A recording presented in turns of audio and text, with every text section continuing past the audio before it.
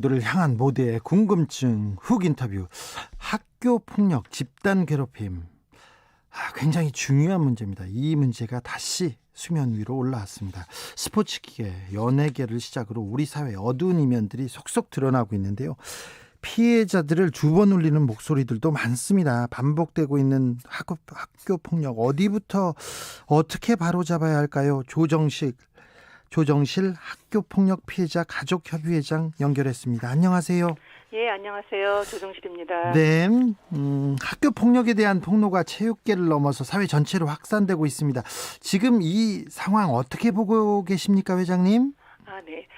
지금 비록 미성숙한 청소년 시기에 철없이 저지른 행동이라고 하기에는 그에 대한 책임은 반드시 지어야 된다는 것을 저희는 사회 전반에 알리게 되는 큰 울림이라고 생각하고요. 예. 그리고 물론 무분별하고 거짓된 폭로에 대한 걸름망이 필요하겠지만 그동안 우리 사회에서 시시해왔던 체육계의 잘못된 악습에 대해 바로 잡을 수 있는 소중한 기회라고 생각합니다. 네. 최근에 학교폭력 폭로가 잇따르는 이유는 뭐라고 보세요? 사실 과거에는요, 피해를 당해도 알릴 수 있는 방법이 사실 쉽지 않았습니다. 그렇죠. 다 옛날 일이고 옛날 선생님한테 이럴 수도 없잖아요. 네, 맞아요. 그리고 또 오히려 또 음파에 축소돼서 오히려 보복을 대응하거나 하는 두려움으로다가 신고를 못했지만요. 네. 현재는 지금 가해자를 엄벌하는 사회 목소리가 높아지면서 피해자들이 이 파급 효과가 큰 그 SNS나 온라인 커뮤니티를 이용해 분노를 저희는 쏟아내고 있다고 생각을 합니다. 예. 시간이 많이 지났어도 아까 저희 청취자분도 군대에서 당한 폭력인데 환갑이 지나서도 이게 씻어지지 않나 봐요. 그 후유증과 예, 트라우마에 시달리는 경우가 많은 것 같은데요. 학교 폭력 피해자들이 가장 힘들다고 호소하는 부분이 어떤 부분입니까? 저희 피해 가족들은 일단은 피학생 자녀들이 하루빨리 피해의 아픔을 극복하고 다시 온전하게 학교로 돌아가는 것을 원합니다. 네. 그렇지만 제대로 사과도 없이 자신들이 처벌을 피하고자 회피하는 모습을 볼 때면은 그 상처는 더 커지고 힘들어질 수밖에 없는데요. 네. 지금 저희가 가장 좀 안타까운 부분들은 피해 가족들이 오랜 치료 기간과 이게 소송 등으로 경제적인 어려움도 겪지만 또 가정 내에 분란들이 일어나서 분위기가 전혀 전과 같지 않다고 이 부분에 대해서 가장 많은 고통을 호소하고 있습니다. 반면에 학교 폭력 가해자들은 있잖아요. 학교 폭력에 대해서 어떻게 인식합니까? 지금 오히려 이렇게 가해학생들 같은 경우에는 정말 자기가 잘못했다고 반성을 하고 그리고 제대로 이렇게 사과하는 경우들도 있거든요. 근데 또 한편으로는 자신의 벌 받는 게 두려워가지고 또 입시나 진학 등에 문제가 있다고 생각하니까 진정성 없이 그냥 미안하다고 사과를 하는 거야. 정말 미안해, 잘못됐어, 됐지 하는 식으로 하면서 그리고 또 자기네들이 처벌받았다고 예. 이게 면죄부라고 생각하는 경우들이 많아서 오히려 이게 피해자 부모님들한테 더 큰 분노를 일으키고 있습니다. 네, 데일리 드로잉님이 지금도 여전히 학교 측에서는 덮으려 하고 오히려 피해자가 죄책감을 가지게 하는 경우가 많습니다. 이런 경우가 많죠, 회장님?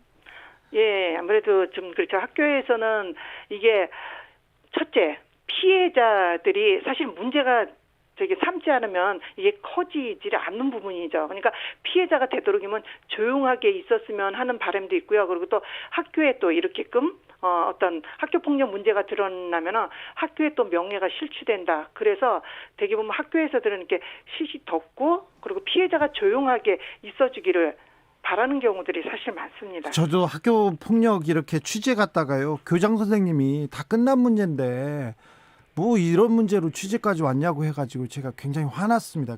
그래서 그때 교장 선생님하고 좀 언쟁했던 적이 있었습니다. 네. 나쁘다고 제가 막 했었어요. 저도 그런 문제로 해서 많은 다툼을 네, 그렇죠. 네. 6251님께서 주 기자님은 안 맞아보셨나 봐요. 때린 사람들은 잊을 수 있어도 맞은 사람들은 절대 잊을 수 없어요. 저도 많이 맞았어요. 학교폭력 저도 많이 피해봤습니다. 가슴이 막 멍들어서 학교 다니기도 했었어요.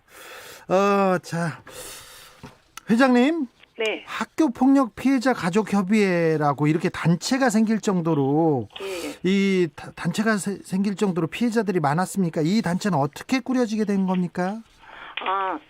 사실 저도 이게 피해 가족으로서요. 네. 이게 어떻게 보면 제 아이가 학교 폭력을 크게 당한 후에 뜻하지 않게 네. 이제 저도 학교 폭력 피해 가족들을 돕는 일을 지금까지 21년 동안 하고 있는데요. 네.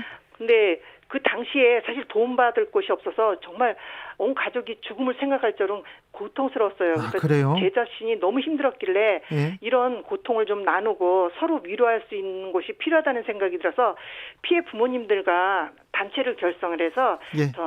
다른 피해자 부모님들을 지금 같이 돕고 있습니다. 3347님의 그 문자입니다. 67세입니다. 초등학교 때 괴롭힘 당한 것 때문에 인생에서 계속 상처가 남아요. 상처가 지금껏 나를 괴롭게 합니다. 강하게 처벌하면 근절될는지요. 해결 바랍니다. 우리가 지금 학교 폭력에 대해서 진지하게 고민하고 예방책을 내야 되는 것 같아요. 그렇죠, 회장님? 네, 맞습니다. 우리 사회가 지금 전반적으로 좀 변화하는 계기를 만들어야 될 것 같은데 어디서부터 어떻게 변화해야 됩니까? 저는 변화는 일단은 학교 폭력은 이거는 절대 해서는 안 되고 어떤 경우에도 변명이 이루어질 수는 없습니다. 그리고 이 학교 폭력은 범죄라는 거를 사회에서 좀 인식을 해야 된다고 생각합니다. 그리고 저는 좀 또 안타까운 부분이 지금 학교 폭력에 대해서 뭐 예방들을 많이 한다. 그래서 예방 쪽에 이렇게 치우치다 보니까 제가 좀 전 피해자 입장으로서 피해자들의 고통에 대해서는 지금 어떻게 보면 개인의 몫으로밖에 갈 수 없다고 생각하는데요. 피해자들이 얼만큼 고통을 당하느냐 그걸 알아야지 학교 폭력에 저는 더 심각성을 좀 깨달을 수 있다고 생각을 합니다. 네, 최근 유명인에 대한 폭로 계속 이어지는데요. 이런 의견도 있어요. 오래전 학창시절 일이었고 지금 반성하고 있는데 너무 가혹한 것 아니냐, 이런 지적에 대해서는 어떻게 보십니까, 회장님? 그거는 어떻게 유명인이잖아요. 네. 아이들이 옛날에 학교 폭력을 저질러도 가해 행동을 해도 저렇게끔 유명세를 떨칠 수 있다는 거. 그렇죠. 그 아이들이 보면서 아이들한테 선망의 대상이잖아요. 그렇기 때문에 아무리 유명해지고 훌륭한 사회 인사가 된다 하더라도 학교 폭력을 저질렀던 경우 같은 경우는 어떤 경우에도 용납이 되지 않는다. 그래서 그런 점들을 저는 반드시 보여줘야 된다고 생각합니다. 그래서 저는 가장 큰 예방 효과는 어떻게 보면 이런 사건들이 자꾸 드러나면서 알려지는 게 오히려 예방 효과로 좀 가장 크지 않을까? 좀 오히려 알려지는 게 생각을 갖게 됩니다. 가해자가 정말 과거를 잘못했다고 반성해요. 진심 어린 사과를 해요. 그러면 우리 사회는 받아들여야 합니까? 진심 어린 사과를 한다면은 저는 그거는 받아들여야 된다고 생각을 합니다. 네.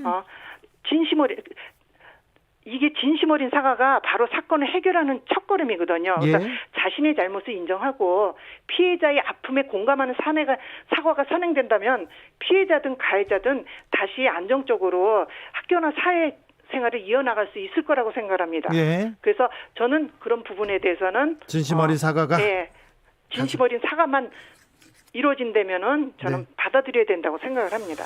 학교 폭력 예방에 대한 그 법률이 제정됐어요. 그래서 교육부에서 5년마다 종합대책을 수립하고 있고 계속 국회에서도 관련 논의가 이루어지고 있습니다. 그런데 아직까지 학교 폭력이란 이런 단어가 사라지지 않고 이런 사례가 사라지지 않는 이유는 뭐라고 보십니까? 우리나라 학교폭력 관련 대책이 대부분 예방 중심으로 되어 있습니다. 그러니까 피해자, 좀 전에도 말씀드렸듯이 피해자 보호에 대해서는 아예 소극적이나 없다고 생각을 하는데요. 그리고 지금처럼 특정 사안이 발생할 때마다 사후 약품만식으로 처방을 하고 있는데요. 그리고 입시 위주의 교육으로 청소년기에 필요한 인성교육도 부족하고요. 이런 또래 관계 설정에 대한 교육이 저는 아주 상당히 부족하다고 생각합니다. 그렇기 네. 때문에 그리고 한마디로 말해서 현장에 대한 진짜 피해자들이 어떤 고통을 겪고 학교 현장, 학교 폭력 현장이 전혀 모르는 상황에서 그냥 탁상 공론식으로 이렇게 대책이나 정책이 만들어지다 보니까 이게 실효성이 저는 없다고 생각을 합니다. 양용기님께서 유명인이라서 이렇게 사과를 하는 겁니다. 유명인이 아니면 사과하지 않아요. 그것은 진정한 사과가 아니지요. 얘기합니다. 0835님은 피해자를 밟고 올라간 위치를 인정해서는 안 됩니다. 이런 얘기도 하셨습니다. 5281님께서는 학생뿐만 아니라 예전에 폭력 쓴 선생님들 문제였어요. 성적순으로 차별하고 입구부터 뺨 때리고 밟고 제 꿈이 선생님이었는데 아무 이유 없이 차별 폭행당하니까 꿈이 사라져서 자퇴했었습니다. 지금은 잘 살고 있어서 후회는 안 하지만 한 번쯤 물어보고 싶어요. 그때 왜 때리셨냐고요.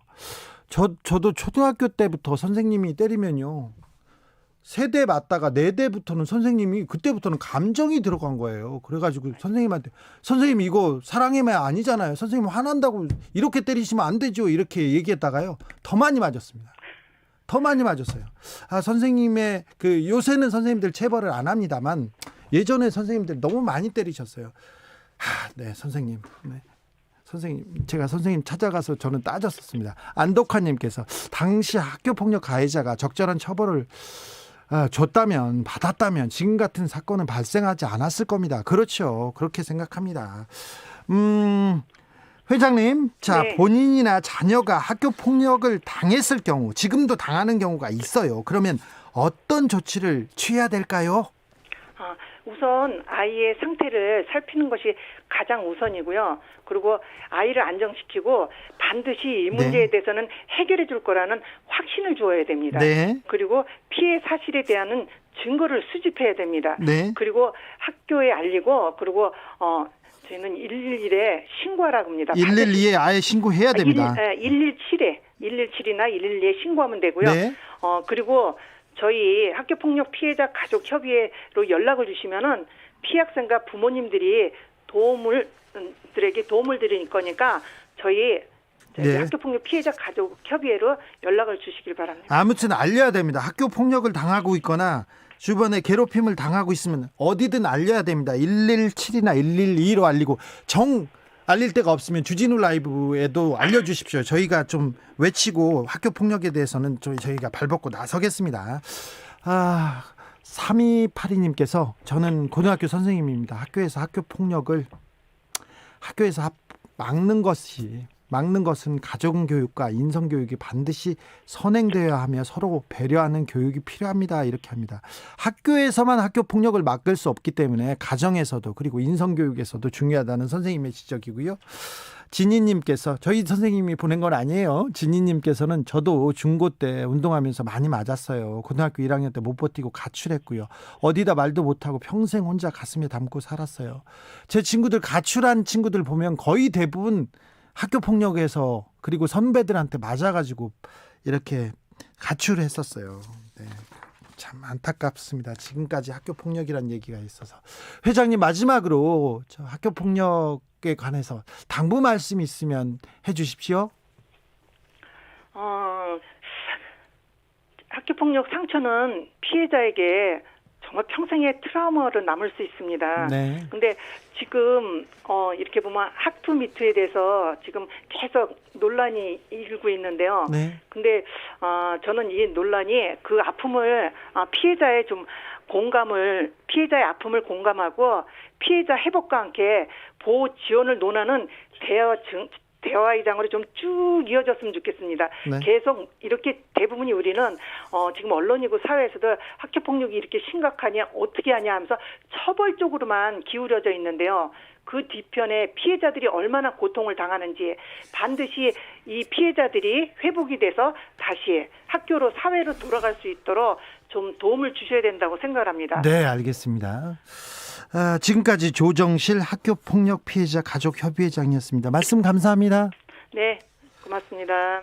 삼형제 아빠님께서 용서는 할 수 있지만 벌은 무조건 받아야 합니다. 그렇습니다. 벌은 무조건 받아야 합니다. 이런 지적이죠.